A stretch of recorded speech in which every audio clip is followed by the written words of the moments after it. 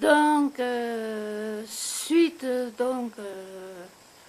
à l'explication que je vous ai donnée concernant Sabine, il y a eu des années d'errance, il y a eu des traitements, il y a eu des hospitalisations et ça a été là aussi très dur à supporter pour Bruno et pour moi.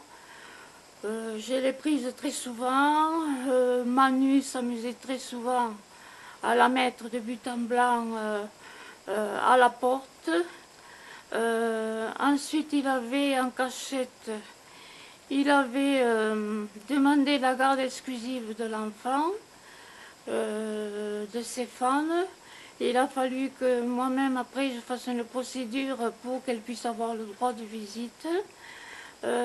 J'avais ouvert un plan d'épargne logement au nom de Stéphane.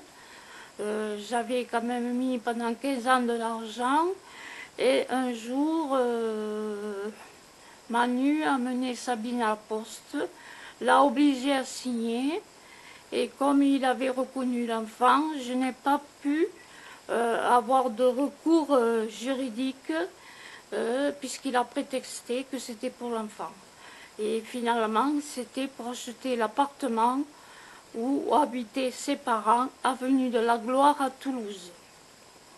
De toute façon, Pascal, Frédéric, vous connaissez l'adresse, vous connaissez Manu, et vous connaissez, je suppose que vous connaissez l'histoire. Bon, mais personne n'en parle. Voilà, tout le monde reste muet parce que c'est verrouillé. Tout est verrouillé. Dans la famille Peruzot, Roussel, Bigan, c'est verrouillé.